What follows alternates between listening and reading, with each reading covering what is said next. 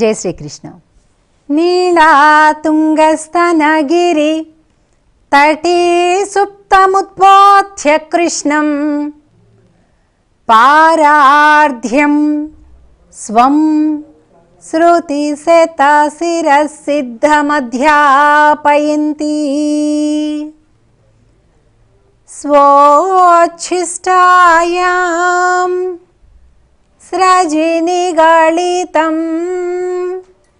Yeah బలాత్కృత్య భుంక్తే గోదా తస్యై నమ ఇదమిదం భూయ ఏవాస్తు భూయః. ఈరోజు 20వ పాసురంలోకి ప్రవేశించామంటే దాస్యవ్రతములో చివరి భాగం. తిరుపావైలో కాసుమా దాస్యవ్రతము ప్రతి 5 పాసురములకు ఒక్కొక్క వ్రతముగా మనం చెప్పుకున్నాం. 1 నుండి 5 పాసురముల వరకు శుద్ధి వ్రతము, 6 నుండి 10వ పాసురం వరకు బుద్ధి వ్రతం, 11 నుండి 15వ పాసురం వరకు కూడా ప్రీతి వ్రతం, 16 నుండి 20 వరకు కూడా దాస్యవ్రతం. ప్రియ భగవద్బంధులారా, ఈ వ్రతంలో దాస్యము యొక్క పరాకాష్ఠ స్థితి కనిపిస్తుంది. 33 అమరర్కు మున్ సెన్రు కప్పం తవిర్కుం కలియే తుయిలెజాయ్ செப்பமுடையாய் திரளுடையாய் செத்தார்க்கு வெப்பும் கொடுக்கும் விமலா துயிலெஜாய் செப்பென்ன மென் முலை செவ்வாய் சிறுமருங்குல் நப்பின்னை நங்காய் திருவே துயிலெஜாய் உக்கமும் தட்டொளியும் தந்துன்மணாளனை இப்போதேயம்மை நீராட்டு ఏలోరెంబావాయ్.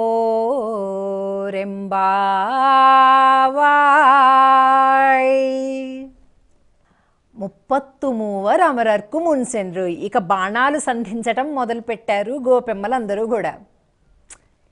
ఏమ్మా, ఇంత ప్రార్థిస్తున్నానే, స్వామి అనుగ్రహం కావాలి, స్వామితోని కలవాలి, స్వామి దర్శనం చేసుకోవాలి అని. ఏమిటి, మమ్మల్ని అనుగ్రహించరా, మాకు దర్శనం ఇవ్వరా? ఓహో, దేవతలు ప్రార్థిస్తేనే మీరు అనుగ్రహిస్తారేమో. 33 అమరర్కు మున్ సెన్రు. ఇక నిష్ఠూరాలు మొదలుపెట్టేశారు. 33 కోట్ల దేవతలు ఎప్పుడైతే బాధపడుతుంటారో ముందుగానే పరిగెట్టి, అయ్యయ్యో మీకు బాధ అయిందా, అయ్యయ్యో వీడి దండెత్తేసాడా, అయ్యయ్యో వీడి మిమ్మల్ని ఇలా ఓడించేస్తున్నాడా అని ముందుగానే పరిగెట్టి వాళ్ళ కష్టాలు బాధలు అన్నీ కూడా తెలుసుకొని వాళ్ళకి అంత సాయం చేస్తారే అని అంటున్నారు. మామూలుగా మన సనాతన ధర్మంలో, హిందూ సంప్రదాయంలో 33 కోట్ల దేవతలందరూ కూడా అని చెప్పి మనం సర్వసాధారణంగా అంటుంటాం, వింటుంటాం. అలాగా 3 కోటి దేవతలు అంటే కోటి అంటే వందలు, వేలు, లక్షలు, కోట్లు అవి కాదండి.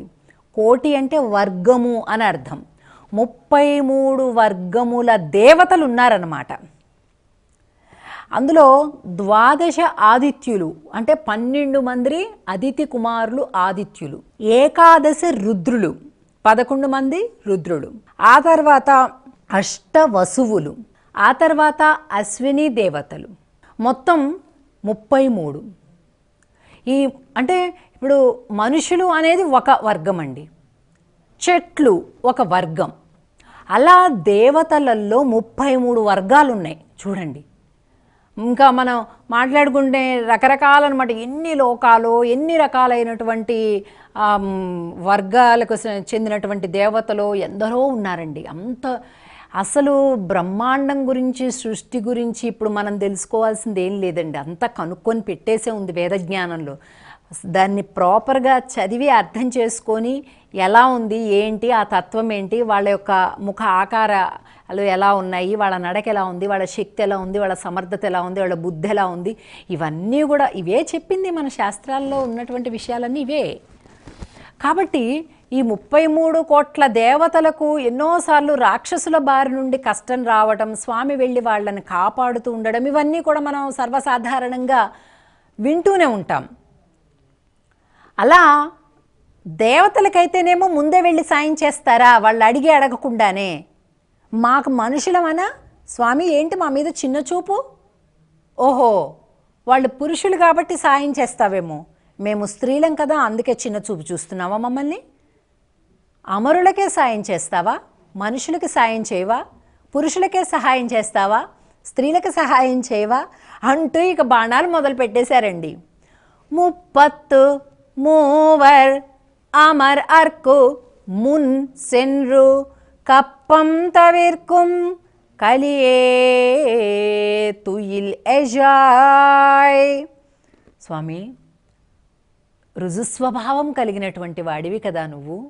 రుజుస్వభావము అంటే మనసులో ఒకటే, మాటతో ఒకటే, చేతలలోనూ ఒకటే. ఆర్తత్రాణ పరాయణుడివి కదా నువ్వు.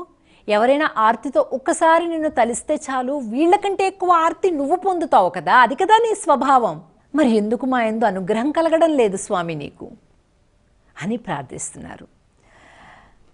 కప్పం తవిర్కుం కలియే తుయిలెజాయ్. ఎవరైతే భయపడుతూ ఉంటారో, భీతి చెందిన వాళ్ళు ఎవరైతే ఉంటారో వారిలో ప్రవేశించి వారి యొక్క భయాన్ని, వణుకుని, భీతిని అన్నింటినీ కూడా నశింపచేస్తావు, ధైర్యాన్ని ఇస్తావు కదా, అది కదా నీ స్వభావం. అలాగే కదా చేస్తావు అమరులకి, అంటే దేవతలకి. రుజుస్వభావం కలిగినటువంటి వాడివి కదా, ఆశ్రిత రక్షకుడివి కదా, ఇంత గొప్ప సమర్థుడివి కదా, మా విషయంలో ఎందుకు స్వామి చిన్న చూపు చూస్తున్నావు? చూడండి, ఆర్తి బాగా నిండిపోయింది ఇంకా గోపికలకి. ఎందుకంటే స్వామి లోపల ఉన్నాడు, వాళ్ళు చేరుకున్నారు.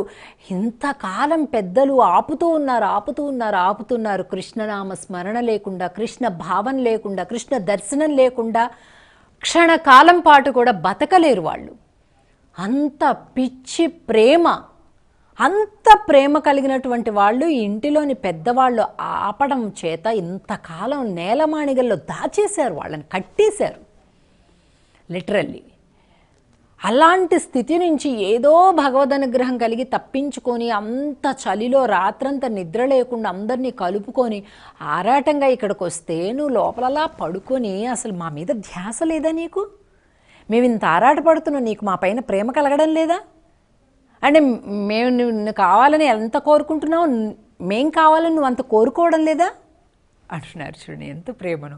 అసలు నాకు అనిపిస్తుందండి, భగవంతుడిని పొందే మార్గం అన్నిటికంటే ఇదే సులభం. అసలు స్వామి పట్ల అపారమైన ప్రేమ చాలండి, భావన. అంత ప్రేమని, ఆయన లేకుండా ఉండలేనంతటి ప్రేమని, ఆయనని భర్తగా, ఆయననే పోషకుడిగా, ఆశ్రిత వాత్సల్యపురుతుడిగా, అలాగే ఎప్పుడైతే నువ్వు మనస వాచ కర్మణ స్వామి పట్ల ప్రీతిని కలిగి ఉంటావో ఆయన నీ కోసం వస్తాడు కదండి. అంతటి ప్రేమ ఆ గొల్లవాళ్ల ప్రేమ అంటే. అటువంటి గొల్ల భక్తికి స్వామి ఇట్టే లొంగిపోతాడు, ఆయనే మనం వెనకొస్తుంటాడనమాట. అటువంటి ఒక ప్రేమ కలిగినటువంటి, ఆర్తి కలిగినటువంటి, అది కట్టలు తెంచుకున్న ఆర్తి అనమాట ఇవాల్టి పాసురంలో మనకు కనిపిస్తుంది. విమలా తుయిల్ ఎజాయ్, నిర్మలుడైనటువంటి వాడివి కదయ్యా నువ్వు. అలాగే నిద్రలే స్వామి అని ప్రార్థిస్తూ సెప్పన్న మెన్ ములై సెవ్వాయ్ సిరుమరుంగుల్ నప్పిన్నై నంగాయ్ తిరువే తుయిల్ ఎజాయ్. ఆమె అమ్మవారు నప్పిన్న గురించి చెప్తున్నారు. ఈ పాసురంలోని మొదటి 4 వాక్యాలు స్వామిని గురించి, తర్వాత 4 వాక్యాలు అమ్మవారిని గురించి చెప్పేటటువంటివి అన్నమాట. అమ్మవారి యొక్క స్తన సౌందర్యాన్ని చెప్తున్నారు. స్వర్ణ కలశములను పోలినటువంటి స్తన సౌందర్యము కలిగినటువంటి మా తల్లి అంటున్నారు. స్తన సౌందర్యాన్ని చెప్తున్నారు అంటే అర్థం సృష్టికి పోషకములైనటువంటివి. బిడ్డ యొక్క జీవనం తల్లి యొక్క స్తనము యందు దాగి ఉంటుంది. ఆవిడ లోకమాత. అమ్మవారి యొక్క స్తన సౌందర్యాన్ని కీర్తిస్తున్నారు అనంటే ఈ లోకాలన్నింటికీ కూడా జీవనమైనటువంటి దానివి కదా తల్లి నువ్వు అని ప్రార్థించటం. కనుక నా మాతు చరణౌ జిహాసతి అని అన్నట్లుగా ఏం చేసినా కూడా తల్లి యొక్క పాదాలను వదలలేడు బిడ్డ. ఏమండి, ఒక్కొక్కసారి కోపం వస్తుంది తల్లికి. బిడ్డ మీద కోపం వచ్చి ఒక్కటే కుట్టుతుంది, ఒక వీపు మీద ఒక్కటే వస్తుంది. వాడికి బాధ వేస్తుంది అమ్మ కొట్టిందే అని. వెంటనే మళ్ళీ అమ్మని గట్టిగా వాటేసుకొని ఏడుస్తుంటాడు. అరే నేను కొట్టిందే అమ్మరా, ఏమో వాడికి తెలియదు. ఎందుకంటే వాడికి ఏం తెలుసు, తనకు రక్షకురాలు అమ్మ, అంతే తెలుసు కదండి. అలాగా ఏం చేసినా తల్లి పాదాలను వదలకుండా ఉన్నట్టుగా ఇక్కడ స్వర్ణ కలశములను పోలినటువంటి అమ్మ యొక్క స్తన సౌందర్యాన్ని కీర్తిస్తున్నారు. సెవ్వాయ్ సిరుమురంగల్ నప్పిన్నై నంగాయ్ అంటే ఎర్రటి అధరములను కలిగినటువంటిది తల్లి. అధరములు, పెదవులు ఎర్రగా ఉండాలి అంటే ఏం చేయాలండి? అనురాగం కలిగి ఉండాలి, వాత్సల్యం కలిగి ఉండాలి. ప్రేమకు చిహ్నము ఎర్రటి పెదవులు. మన భారతీయ ధర్మ శాస్త్రాలలో అలంకారాలకు సంబంధించినటువంటి శాస్త్రం అంటే వ్యాకరణానికి సంబంధించిన అలంకారాలు కాదండి, ఫిజికల్గా మనం అలంకరించుకునేటటువంటి వాటికి కూడా అద్భుతమైనటువంటి శాస్త్రజ్ఞానం ఉంది. అలంకారానికి చాలా పెద్ద పీట వేశారు భారతీయ ధర్మశాస్త్రాలు. అంటే ఏ పుష్పము యొక్క పుప్పొడి ఏ భాగంలో ఎలా తయారు చేసుకొని ఎలా అద్దుకోవాలనేది ఒక పెద్ద శాస్త్రం. కాబట్టి అలంకారాలు వద్దు అని ఎక్కడా చెప్పటం లేదు, ఎక్కడా లేదండి. మనం పోగొట్టుకున్నాం ఈ జ్ఞానం మొత్తాన్ని. వాస్తవానికి ఉన్న జ్ఞానం ఇదంతా కూడా. ఆ రాముల వారు సీతమ్మ వారు అలంకరించుకున్నటువంటి విధానాలను శ్రీమద్ రామాయణంలో చూడాలి. ఎంత గొప్పగా అలంకరిస్తుందో స్వామివారిని అమ్మవారు. ఇప్పుడు స్వామివారి మేని ఛాయ నలుపు వర్ణం రాముల వారు, అమ్మవారు తెలుపు. వీళ్ళు వాడాల్సినవి వేరే ఉన్నాయి, వాళ్ళు వాడాల్సినవి వేరే ఉన్నాయి. చేతులకు వాడాల్సినవి వేరే ఉన్నాయి, బుగ్గలకు వాడాల్సినవి వేరే ఉన్నాయి. ఈ స్పెషలైజేషను మనమేదో సాధించామని అనుకోవటం కాదు, రామాయణ కాలంలోనే చెప్పబడి ఉన్నాయి ఇవన్నీ కూడా. ఇవన్నీ ఆచరించేటటువంటివి ఆనాటి అందరూ కూడా. అంటే చూడండి ఎంత అభివృద్ధి చెందిందో. మీరు ఏ శాస్త్రంలో చూడండి, టెక్నికల్గా చూడండి, సాహిత్యపరంగా చూడండి, వేదాంతపరంగా చూడండి, వాస్తుపరంగా చూడండి, జ్యోతిషపరంగా చూడండి, శృంగారపరంగా చూడండి, వైద్యపరంగా చూడండి, రాజనీతి పరంగా చూడండి, అసలు మన వేదాలలో మన శాస్త్రాలలో స్పృశించని అంశం అంటూ లేదు, అన్నీ ఉన్నాయి. ఇక్కడ చూడండి అసలు అమ్మవారి యొక్క స్తన సౌందర్యాన్ని ఎంత బాగా కీర్తిస్తున్నారు. అమ్మవారి యొక్క ఎర్రటి పెదవులను అధరములను ఎంత బాగా కీర్తిస్తున్నారు. దావి విశృంఖలమైనటువంటి స్వేచ్ఛ శృంగారాన్ని బోధించేటటువంటిది కాదండి. ఇది స్త్రీ యొక్క సౌందర్యం మాతృ సౌందర్యంగా గుర్తించే సంస్కారమును కలగలిపి నేర్పుతూ బోధించేటటువంటి గ్రంథాలు మనవి. ఎంత అద్భుతం కదండి. కనుక సెప్పన్న మెన్ మూలై సెవ్వాయ్ సిరమురంగల్ నప్పిన్నై నంగాయ్ తిరువే துயிலெஜாய் உக்கமும் தட்டொளியும் தந்து உன் மணாளனை இப்போதே அம்மை నీరాట్టు. అమ్మా దయచేసి ఆ ఉక్కము తట్టొళియం, విసనకర్ర అలాగే అద్దము, ఆ రెండింటినీ కూడా అనుగ్రహించు తల్లి అని అంటున్నారు. ఇది చాలా గొప్ప అంతరార్థం కలిగినటువంటి శబ్దాలండి. ఎందుకు ఇంతకీ ఇంత ప్రార్థించి వచ్చి ఏమడుగుతున్నారంటే విసనకర్ర అడుగుతున్నారా? ఈ మాత్రం విసనకర్రలు వాళ్ళ ఇళ్లలో లేక ఇక్కడికి వచ్చి అడుగుతున్నారా? కాదు, ప్రతి దానిలో అంతరార్థం. విసనకర్ర ఏం చేస్తుంది? స్వేదాన్ని తొలగిస్తుంది కదండి. మనకి బాగా చెమట పట్టినట్టయితే పోవాలి అంటే విసనకర్ర పెట్టి చేసుకోవాలి. ఇది శరీరానికి పట్టిన స్వేదం.